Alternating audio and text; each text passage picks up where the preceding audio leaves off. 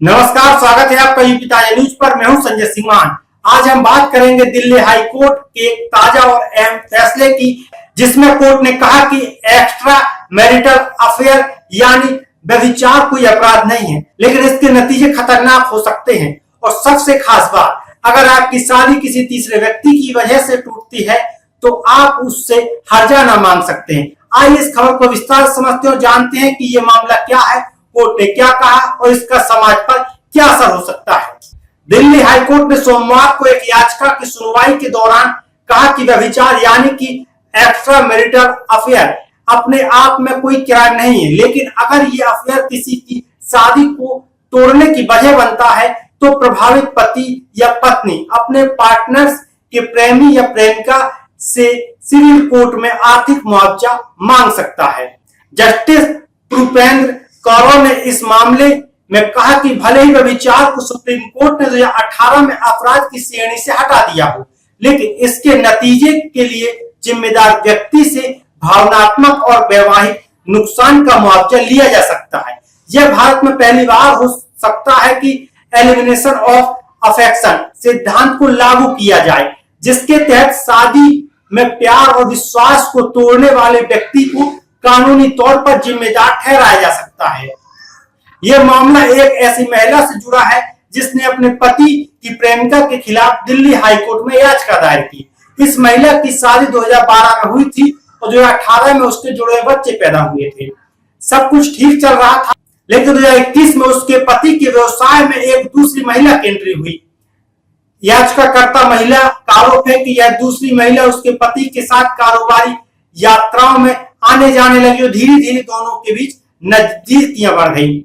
महिला ने बताया कि परिवार के बार बार समझाने के बावजूद उनके पति और दूसरी महिला का रिश्ता खत्म नहीं हुआ।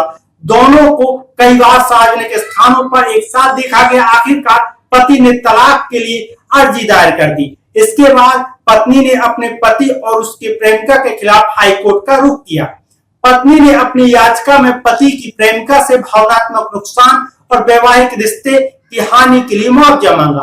कोर्ट ने इस मामले में पति और उसकी प्रेमिका को नोटिस जारी किया ताकि यह तय हो सके कि शादी टूटने की वजह दूसरी महिला थी या नहीं।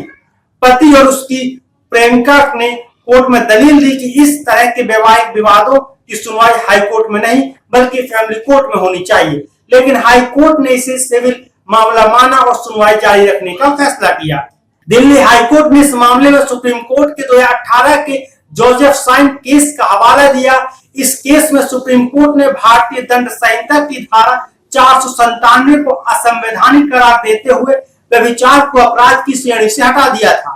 तत्कालीन चीफ जस्टिस दीपक मिश्रा ने कहा था कि व्यभिचार को अपराध नहीं माना जा सकता क्योंकि यह निजी स्वतंत्रता का मामला है। हालांकि कोर्ट ने यह भी साफ किया था कि व्यभिचार को अपराध से मुक्त करने का मतलब यह नहीं है कि लाइसेंस दे दिया गया है। दिल्ली हाईकोर्ट ने इसी आधार पर कहा कि भले ही व्यभिचार क्राइम ना हो, लेकिन इसके कारण हुए नुकसान के लिए सिविल कोर्ट में हर्जाना मांगा जा सकता है। यह मामला भारत में एलिमिनेशन ऑफ अफेक्शन सिद्धांत को लागू करने की दिशा में एक बड़ा कदम हो सकता है। यह सिद्धांत कहता है कि अगर कोई व्यक्ति जानबूझकर किसी की शादी में प्यार और विश्वास को तोड़ता है तो उसे कानूनी तौर पर जिम्मेदार ठहराया जा सकता है। जस्टिस भूपेंद्र कौर ने कहा कि विवाह एक पवित्र रिश्ता है और इससे कुछ अपेक्षाएं होती हैं। अगर कोई तीसरा व्यक्ति इस रिश्ते को नुकसान पहुंचाता है तो प्रभावित पक्ष सिविल कोर्ट में मुआवजा मांग सकता है। यह सिद्धांत पश्चिमी देशों में पहले से लागू है, लेकिन भारत में ये पहली बार चर्चा में आया है। पहले भारतीय दंड संहिता की धारा 497 के तहत व्यभिचार को अपराध माना जाता था। अगर कोई शादीशुदा व्यक्ति किसी अन्य के साथ रिश्ता बनाता था तो उसके खिलाफ केस दर्ज हो सकता था, जिसमें 5 साल की सजा और जुर्माने का प्रावधान था। लेकिन इस कानून में केवल पुरुष को ही सजा दी जाती थी, महिला को नहीं। 2018 में सुप्रीम कोर्ट ने इस कानून को रद्द कर दिया। कोर्ट ने कहा कि यह कानून असंवैधानिक है और यह निजी स्वतंत्रता का हनन है, लेकिन इस फैसले ने समाज में कई सवाल खड़े कर दिए क्योंकि कई लोगों का मानना था कि इससे वैवाहिक रिश्तों की पवित्रता का नुकसान हो सकता है। 2023 में एक संसदीय पैनल ने सरकार को सुझाव दिया कि व्यभिचार को फिर से अपराध बनाया जाए पैनल का कहना था कि विवाह एक पवित्र परंपरा है और इसे बचाने के लिए कड़े कानून की जरूरत है। संसदीय पैनल ने यह भी कहा था कि नया कानून जेंडर न्यूट्रल होना चाहिए, यानी पुरुष और महिला दोनों को समान रूप से जिम्मेदार ठहराया जाए। अगर सरकार इस सिफारिश को मान लेती है तो यह सुप्रीम कोर्ट के 2018 के फैसले के खिलाफ होगा। यह फैसला कई सवाल खड़े करता है। क्या यह समाज में वैवाहिक रिश्तों को मजबूत करेगा या फिर निजी स्वतंत्रता पर सवाल उठाएगा?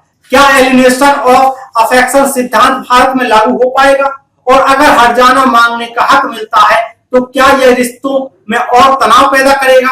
हम आपसे जानना चाहते हैं, आप इस फैसले के बारे में क्या सोचते हैं? क्या यह सही दिशा में कदम है या इससे समाज में और जटिलताएं बढ़ेंगी? अपनी राय हमें कमेंट बॉक्स में जरूर बताएं। तो दोस्तों, ये थी दिल्ली हाई कोर्ट के ताजा फैसले की पूरी कहानी। अगर आपको हमारी ये खबर पसंद आई, वीडियो को लाइक करें, चैनल को सब्सक्राइब करें, इसको वीडियो को शेयर करें। फिलहाल के लिए इस वीडियो में इतना ही। मैं संजय सिंह फिर मिलूंगा एक और नई विस्तृत रिपोर्ट के साथ।